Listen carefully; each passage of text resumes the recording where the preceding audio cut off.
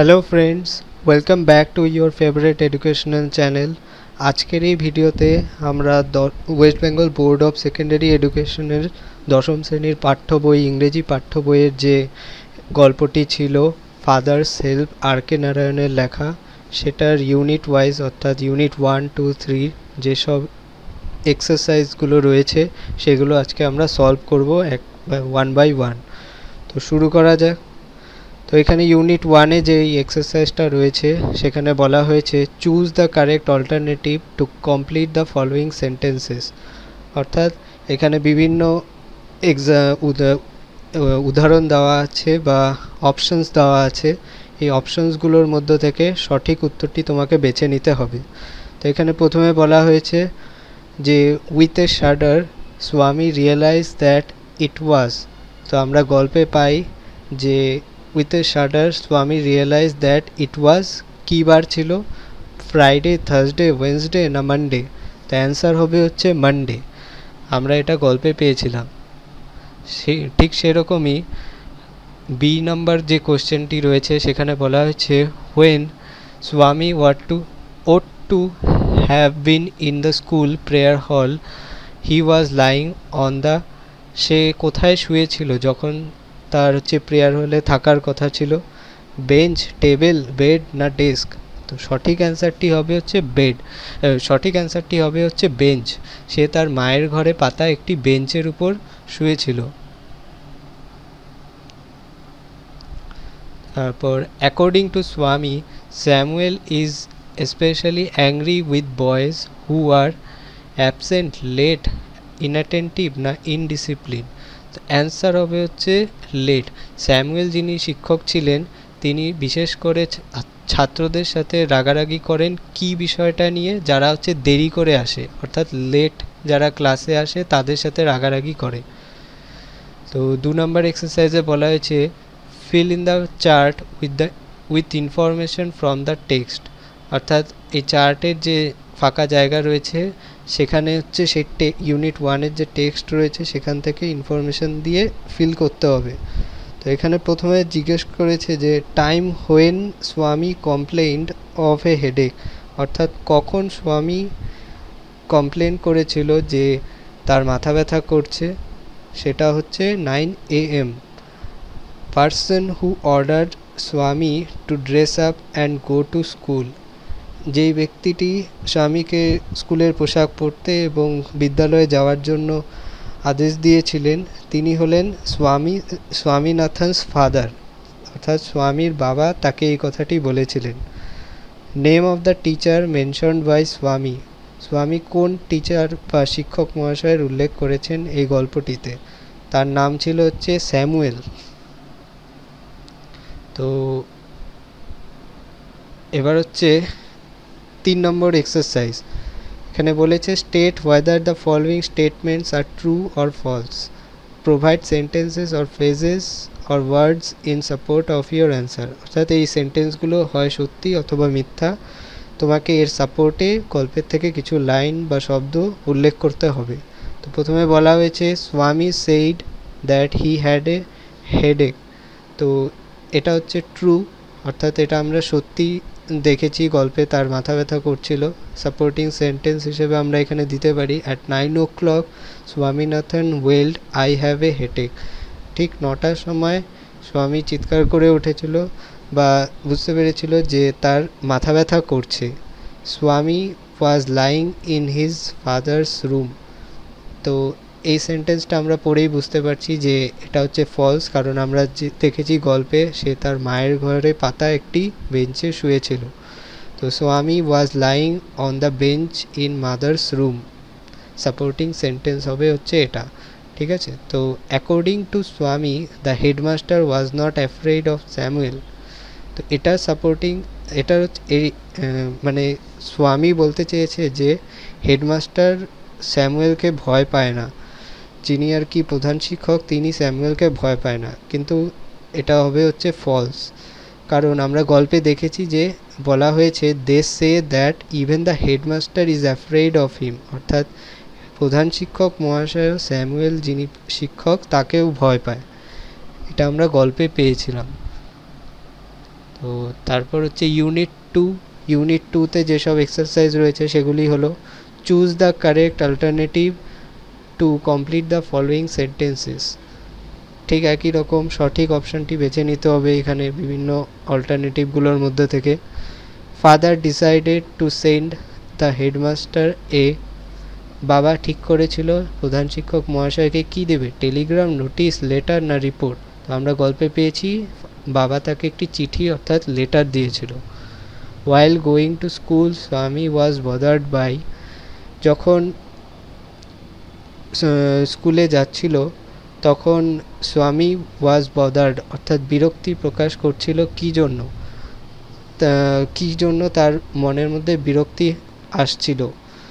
Conscience অর্থাৎ বিবেক, মাথা ব্যথা, না টুথেজ নাকি ফিভার নাকি জ্বরের জন্য।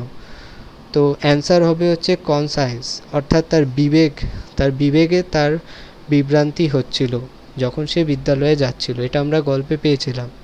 The colour of Samuel's coat was, অর্থাৎ স্যামুয়েল যিনি শিক্ষক ছিলেন তার কোটের রং কী ছিল, ব্ল্যাক, ব্লু, হোয়াইট না ইয়েলো।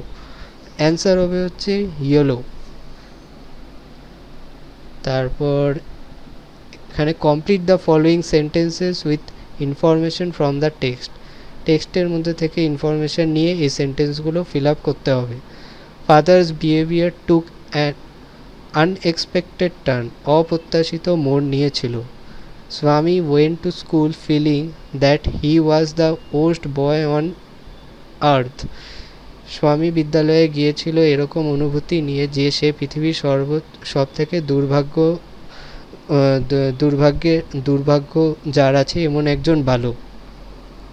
স্বামী stopped on the road side to make up his mind about Samuel, স্বামী রাস্তার ধারে দাঁড়িয়েছিল তার শিক্ষক যিনি স্যামুয়েল ছিলেন তার কথা ভাবতে। অ্যান্সার দ্য ফলোয়িং কোশ্চেন্স, এই কোশ্চেনগুলোর অ্যান্সার দিতে হবে। Where did father put the letter, father put the letter in an envelope and sealed it, তার বাবা চিঠিটাকে একটা খামের মধ্যে ঢুকিয়ে দিয়েছিল এবং সেটা সিল করে দিয়েছিল।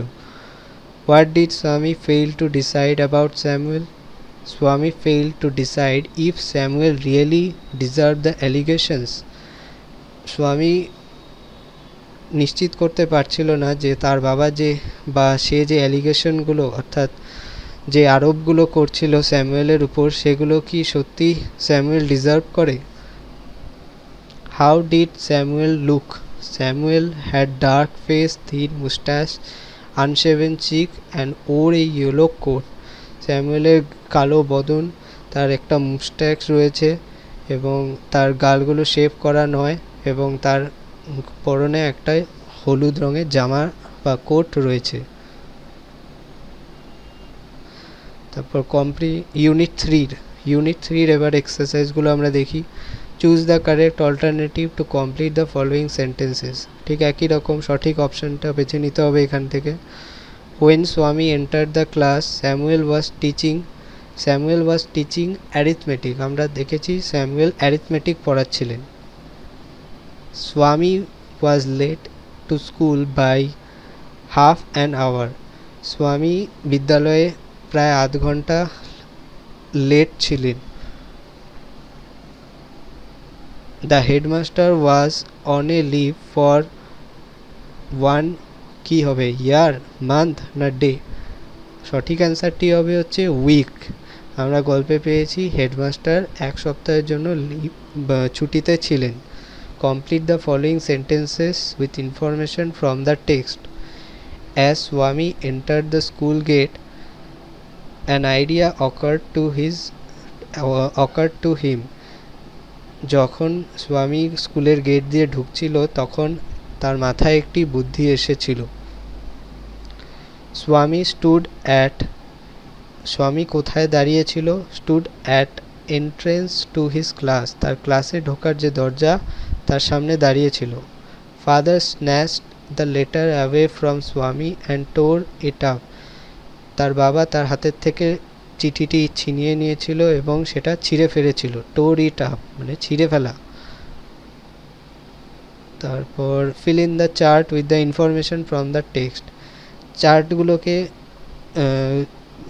ইউনিট 3 যে বিভিন্ন গল্পটি মানে গল্পের অংশটি দেওয়া আছে সেইখান থেকে এই চার্টটা ফিল আপ করতে হবে। তো এখানে আমরা দেখতে পাচ্ছি কজ অর্থাৎ কারণ দেওয়া আছে এবং তার ফলে যা হয়েছিল এফেক্ট সেটা এখানে দেওয়া আছে। তো প্রথমে আছে হচ্ছে এফেক্ট, স্বামী did not do his homework, কারণ অন সানডে স্বামীনাথন লোফড অ্যাবাউট, অর্থাৎ রবিবার দিন স্বামীনাথন এদিক ওদিক ঘোরাঘুরি করছিল তাই সে হোমওয়ার্ক করতে পারেনি। Swami never met anyone as good as Samuel, এটা হচ্ছে কারণ। তো এটার ফল হচ্ছে Swami sat down and feeling sorry, অর্থাৎ এর ফলে স্বামী চুপচাপ বসেছিল এবং তার জন্য দুঃখ পাচ্ছিল। এরপর এফেক্ট দেওয়া হচ্ছে Swami could not deliver the letter, Swami চিঠিটা দিতে পারেনি কারণ the headmaster had gone on a weeks leave, কারণ প্রধান শিক্ষক মহাশয় এক সপ্তাহের ছুটিতে চলে গিয়েছিল, তার জন্য স্বামী চিঠিটা তাকে দিতে পারেনি।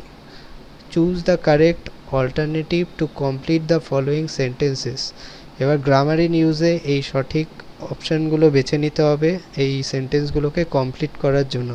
তো এখানে Rina takes took the bus to school everyday, তো আমরা এখানে জানি থার্ড পারসন সিঙ্গুলার নাম্বার থাকলে অবশ্যই এখানে আমরা টেক্স ব্যবহার করব, কারণ এটা হচ্ছে একটা প্রেজেন্ট টেন্সের সেন্টেন্স আর এখানে থার্ড পারসন সিঙ্গুলার নাম্বার হচ্ছে রিনা, তাই এখানে হবে হচ্ছে text.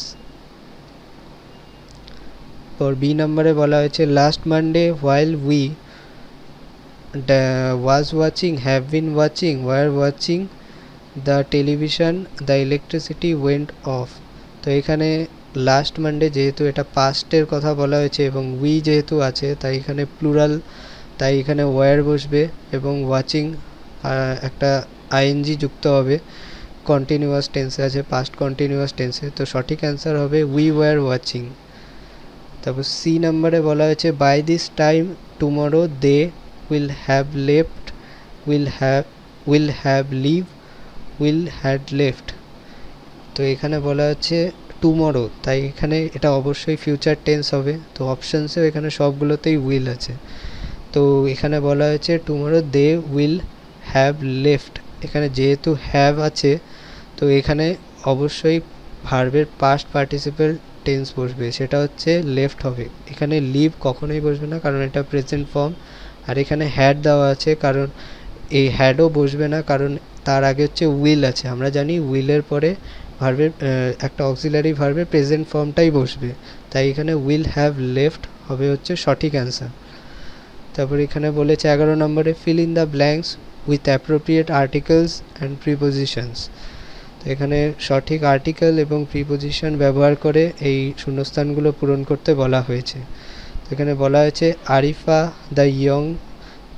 The younger of the two girls has cracked IIT while the older one is an engineer in a multinational company, তো এখানে তোমরা দেখতে পাচ্ছ অফ, দি, অ্যান এবং ইন, এগুলো আমরা আর্টিকেল প্রিপোজিশন ব্যবহার করেছি এই শূন্যস্থানগুলো পূরণ করার জন্য। এখানে আমরা অফ ব্যবহার করেছি কারণ মধ্যে বোঝাচ্ছে তার জন্য।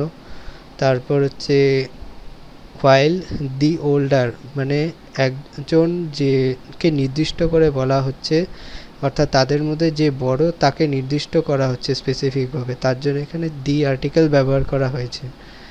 তারপর এখানে ইঞ্জিনিয়ার আছে যেহেতু এখানে ভাওয়েল এবং ইঞ্জিনিয়ার উচ্চারণটাও এ দিয়ে হচ্ছে তাই এখানে হচ্ছে অ্যান বসেছে, এবং এখানে হচ্ছে কি বলে কোথায় অর্থাৎ জায়গার নামের ক্ষেত্রে আমরা তার আগে সবসময় ইন বা অ্যাড ব্যবহার করি, তবে এখানে মাল্টি ন্যাশনাল কোম্পানি যেহেতু বলেছে তাই এখানে ইন বসেছে। তো এই ছিল আমাদের এক্সারসাইজ। এখানে একটি এডিটোরিয়াল লেটারও ছিল, ওটা আমি যখন তোমাদেরকে এডিটোরিয়াল লেটার কিভাবে লিখতে হয় যখন ভিডিও বানাবো ওটার উপর, তখন আমি তোমাদেরকে ওগুলো ভালো করে শিখিয়ে দেব। তো আজকের এই ভিডিওতে এইটুকুই, তাহলে আমরা the West Bengal board of secondary এডুকেশনের দশম শ্রেণীর যে পাঠ্য বই ব্লিস, তার যে প্রথম চ্যাপ্টারটি ছিল ফাদার্স হেল্প, আর কে নারায়ণের লেখা, সেটা আমরা 1 by 1 প্রতিটা ইউনিট এক্সপ্লেনও করে ফেলেছি এবং তার সাথে সাথে আজকে এক্সারসাইজের কাজগুলো আমরা করে ফেললাম। তো আজকে এরপরে দেখা হবে তোমাদের সাথে পরবর্তী যে টপিক রয়েছে বইটিতে সেই চ্যাপ্টারটি নিয়ে। তো আজকের এই ভিডিওটি এখানেই শেষ করছি, এরপর দেখা হবে আমাদের পরবর্তী ভিডিওতে। ভিডিওটি ভালো লাগলে অবশ্যই লাইক করবে এবং কমেন্টে তোমাদের মতামত জানাবে এবং চ্যানেল অবশ্যই সাবস্ক্রাইব করবে। তো থ্যাঙ্কস ফর ওয়াচিং, দেখা হবে পরবর্তী ভিডিওতে।